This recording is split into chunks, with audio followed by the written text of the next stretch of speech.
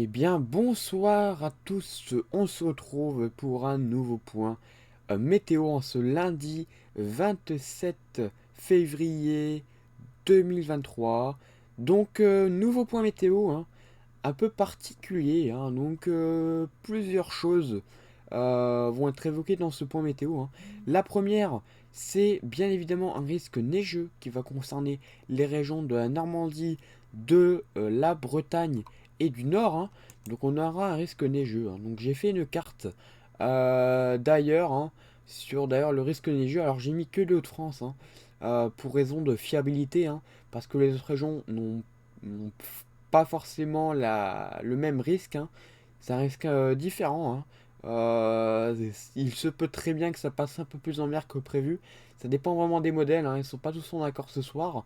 Mais s'ils sont d'accord, c'est vraiment sur le France, hein, avec un risque neigeux, notamment du côté des massifs de l'Artois, hein, où on a un risque neigeux assez important, hein, d'ailleurs, hein, en matinée et jusque même le midi, hein, le courant du midi et le début d'après-midi, avec un risque neigeux qui pourrait se produire par isothermie. Et sur les autres régions que vous voyez en bleu, on a un risque de pluie et neige, hein. Donc c'est pas forcément que de la neige, hein. Il faut le savoir, c'est de la pluie et neige, hein. C'est un risque pluvio neigeux, hein, qui concerne demain donc les régions du nord. Donc on a sur les massifs de 0,1 à 2 cm possibles, hein. Donc c'est pas grand chose, mais ça pourrait peut-être tenir si l'isothermie est assez suffisante, hein. On devrait avoir quand même des bons paramètres demain au niveau de l'isothermie. Donc on surveillera l'évolution donc de la situation. Peut-être que ça peut donner de bons cumuls, hein, possiblement. Donc du côté des massifs près du Boulonnais, hein. Donc là c'est presque du côté du Boulonnais. Et donc voilà.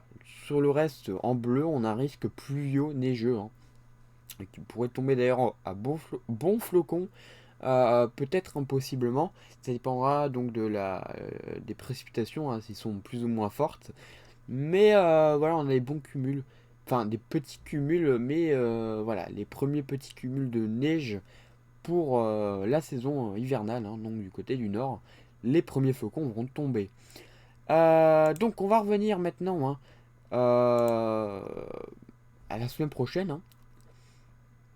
Donc voilà, cette semaine on a encore cette goutte froide, hein, qui a donné d'ailleurs de bonnes rafales de vent hier avec la tempête Zakaria. On a eu des rafales jusqu'à 147, 160 du côté de Tuchan. Donc on a eu des très bonnes rafales, des très fortes rafales pour le coup. Là ça y est, hein, ça a devenu une dépression classique, hein. C'était vraiment une tempête de Mistral hier du côté du sud. Et on a eu d'ailleurs après en soirée et dans la nuit, hein, pas mal de neige du côté de Nîmes, hein, secteur de Nîmes, Montpellier, Marseille. On a eu pas mal de neige, hein. On a des grosses perturbations sur les routes également, notamment du côté de la 8. Donc voilà, ça c'est terminé, hein. Maintenant l'épisode, la tempête est passée, hein. Maintenant on va s'intéresser vraiment à la semaine prochaine, hein. Les tendances pour Mars, hein. Alors voilà, hein, donc on a donc ces gouttes froides qui vont continuer à rester sur la Méditerranée, hein. Peut-être pourquoi pas d'ailleurs avec encore des précipitations, pourquoi pas assez fortes encore du côté de la Méditerranée. Donc pas mal de pluie peut-être qui pourrait recommencer du côté de la Méditerranée.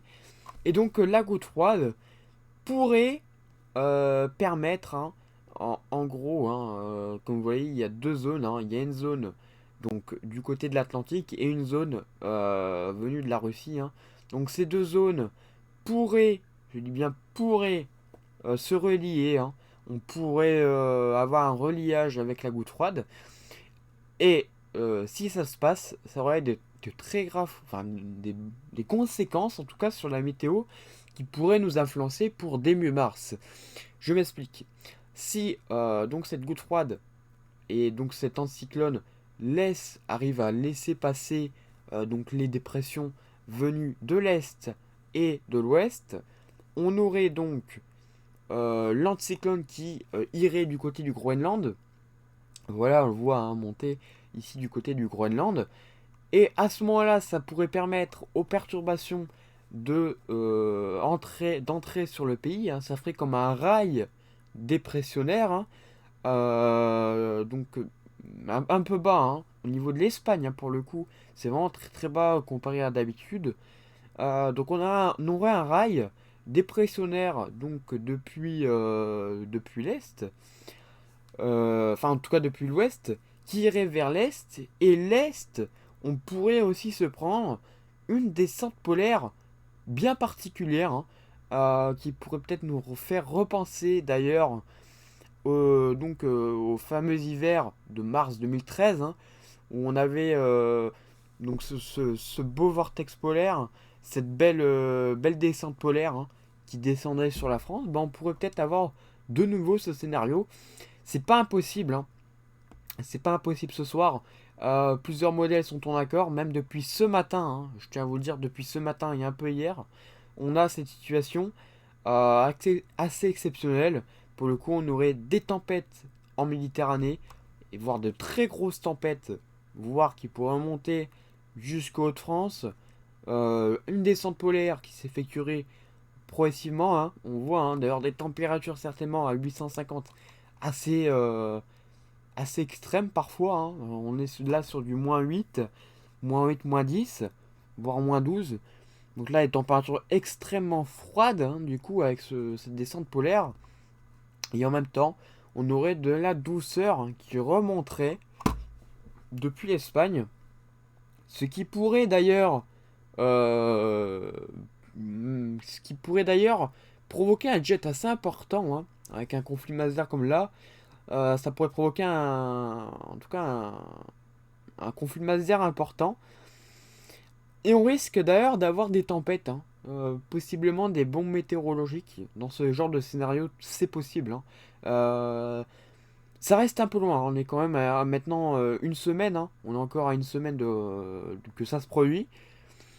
Mais il y a les modèles qui sont quand même en accord. Donc voilà, il faut se méfier, hein. La tendance pour début mars c'est quand même assez intéressante. Je devais t'en parler ce soir, hein, parce que là, pour le coup, il y a des choses vraiment intéressantes en météo. Euh, donc voilà, il y a vraiment des choses à surveiller, hein. Je dis pas que c'est sûr et c'est confirmé, bien loin de là, hein. Je dis simplement une tendance qui est vue par pas mal de modèles ce soir. Euh, Après, si c'est fiable, tant mieux, hein. Mais après, ça l'est pas, bon, c'est pas très grave, à vrai dire. Mais bon, ça serait quand même mieux que ça soit fiable, hein. On aimerait mieux que ça soit fiable dans ce genre de situation. Donc évidemment, hein, le mélange entre dépression bien pluvieuse, bien humide, et la descente polaire, ça pourrait provoquer, je pense bien, hein, je pense vraiment bien, ça pourrait provoquer bah, du coup pas mal de précipitations, hein, neigeuses. Euh, donc vraiment beaucoup de précipitations neigeuses, ça pourrait entraîner. D'ailleurs, on le voit là, hein, descente polaire. Voilà, c'était l'actualisation de ce matin, hein. On voit tous ces cumuls de précipitations. Donc là, pour le coup, ça serait un épisode neigeux, mais géant. Géant et vraiment exceptionnel. Donc bon, pas de... Comment dire? On n'aurait pas d'anticyclone sur l'Atlantique. Et c'est ça qui pourrait permettre l'humidité. Et on aurait l'anticyclone sur le Groenland. La fameuse situation d'ailleurs qu'on attendait tous depuis quelques mois, hein. On attendait vraiment que cet anticyclone va sur le Groenland. On y était presque, hein, avec tous ces gouttes froides. Et ben ça y est. On a peut-être le déblocage à nos portes, hein, pour la semaine prochaine. Donc voilà, on espère, hein, bien évidemment. On espère, hein, cette situation. Ça pourrait vraiment être exceptionnel, hein. On est, euh, on est tous impatients, je pense. Donc on verra. Mais une telle situation, vue par le modèle CP, c'est très bon signe, hein. C'est très bon signe. Il faut le savoir. Donc après, je vous disais qu'il n'est pas le seul, hein. Si on va regarder un petit peu GFS, il voit exactement la même situation, hein, ou presque. Donc il est l'anticyclone, bon lui, il remonterait pas, hein. Mais il voit une situation un peu du même genre, hein. où bon, ce sera entre descente polaire puis zonale après, hein, donc voilà, on ne sait pas encore vraiment, hein, mais il y a des bonnes choses pour début mars, c'est ce qu'il faut retenir. Ça se joue entre soit descente polaire, zonale, c'est-à-dire avec des tempêtes et des dépressions, avec un jet assez important d'ailleurs, ou bien alors, hein, bah, les deux en même temps, hein. Et là pour le coup ce serait exceptionnel et c'est ce qu'il voit d'ailleurs ce P ce soir, donc vraiment assez intéressant. Voilà. Alors si on regarde un peu Icon, hein, parce que Icon, bon je le connais bien maintenant, on va aller voir un petit peu ce qu'il dit, hein, lui. Hein, alors on dirait qu'il voit quand même l'anticyclone remonter sur le Groenland, mais il y a cette dépression qui ferait un peu barrage là, voilà, qui ferait un peu de bordel, hein, qui ferait remonter l'anticyclone. Bon, cela dit, on a encore la descente polaire encore, hein. Même si vous voyez, il y a cette dépression, il y a encore la descente polaire qui n'est pas loin, hein, avec la goutte froide là qui se relie. Là, ça reste encore une belle situation, hein. Voilà. Là, voilà, ça reste une très bonne situation. Et on voit d'ailleurs que l'anticyclone finirait lui aussi par remonter jusqu'au Groenland encore, hein. Donc, il y a vraiment des possibilités, hein. Il y a vraiment des possibilités, hein. D'ailleurs, on voit les petites gouttes froides ici circuler. Ça sent vraiment très bon signe, hein. Donc, au niveau de NASA, hein, voilà. On va faire vraiment le tour des modèles. Au niveau de NASA, euh, bon, on est sur une bonne situation aussi, hein. Ça ne change pas, hein. C'est un peu pareil que CEP, à vrai dire, hein. L'anticyclone qui remonte sur le Groenland. Et puis donc raid dépressionnaire mêlé d'une descente polaire qui est lui vraiment modélisé de manière gigantesque, hein. Alors j'imagine même pas le jet, hein, parce que là il doit être incroyable. Le jet, pour une fois, il est parfaitement lisse d'ailleurs. Pour une fois, parfaitement, hein, une belle ligne. Pas forcément bien puissante, hein, mais une belle ligne, hein. Euh, Pas de poussière non plus, évidemment, hein. Dans ce genre de situation, il y a évidemment pas de poussière, hein. Mais niveau précipitation, je pense qu'on va balancer du lourd. Voilà. Ça, c'est. Ouais, ça va balancer du lourd.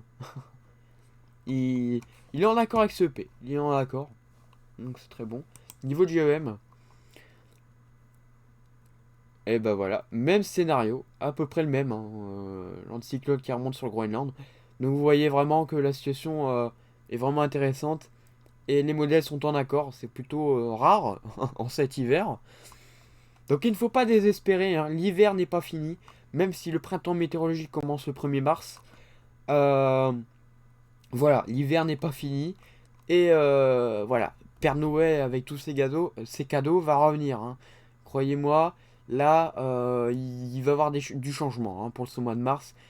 Puis ça pourrait même continuer un peu plus d'ailleurs, donc on verra, hein. Donc croyez pas que là, les 16 degrés vont prolonger, hein.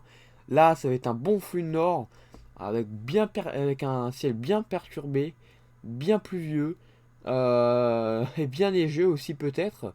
Donc voilà, il y a vraiment des bonnes choses pour nous, hein, en tout cas pour les météorologues. Et voilà. Là, c'est encore la même situation, hein. Là, c'est un truc de malade, hein. Et regardez-moi l'anticyclone d'ailleurs sur l'Espagne. Oh là là, ça rapprocherait du coup l'anticyclone sur l'Espagne, mais d'une manière bien rouge. Alors lui, les températures, j'ai un peu peur, hein. J'ai un peu peur parce que non, ça va encore, ça va encore.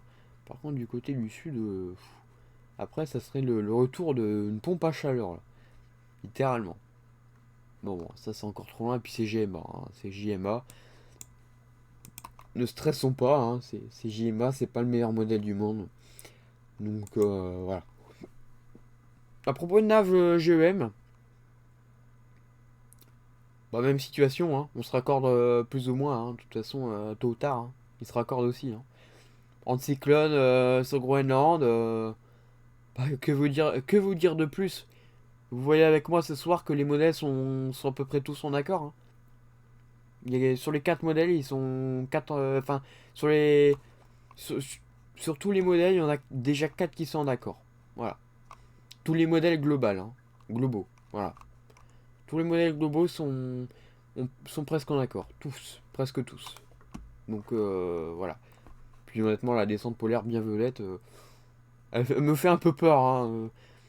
Cette année, ça sera pas une tempête de neige, je le crains, mais ça sera bien un épisode bien neigeux, à mon avis. Hein. Je pense que cette année, ça a été beaucoup trop calme pour moi. Ça a été trop calme niveau tempête, même niveau neige. Là, je sens que le calme va laisser place à la tempête. Hein. D'où l'expression le calme avant la tempête. Voilà. Donc là, pour le coup, c'est une bonne expression. Pour le coup, là, c'est à voir. Hein. J'ai pas dit que c'était fiable, bien évidemment. Mais franchement, là, je suis content hein, des modèles ce soir et je devais te faire un point là-dessus, vraiment. Donc voilà, bah écoutez, je vais m'arrêter là pour ce point. Je vous souhaite une bonne soirée à tous. Et puis on se retrouve bien évidemment, pour suivre cette situation de très près. On se retrouve donc prochainement, hein, dans quelques jours, pour peut-être la confirmation hein, de ce qui va se passer la semaine prochaine. Donc on verra comment ça va évoluer. Mais je le sens bien. Hein. Donc on verra. On verra et puis voilà, on en reparlera. Bonne soirée à tous et à bientôt.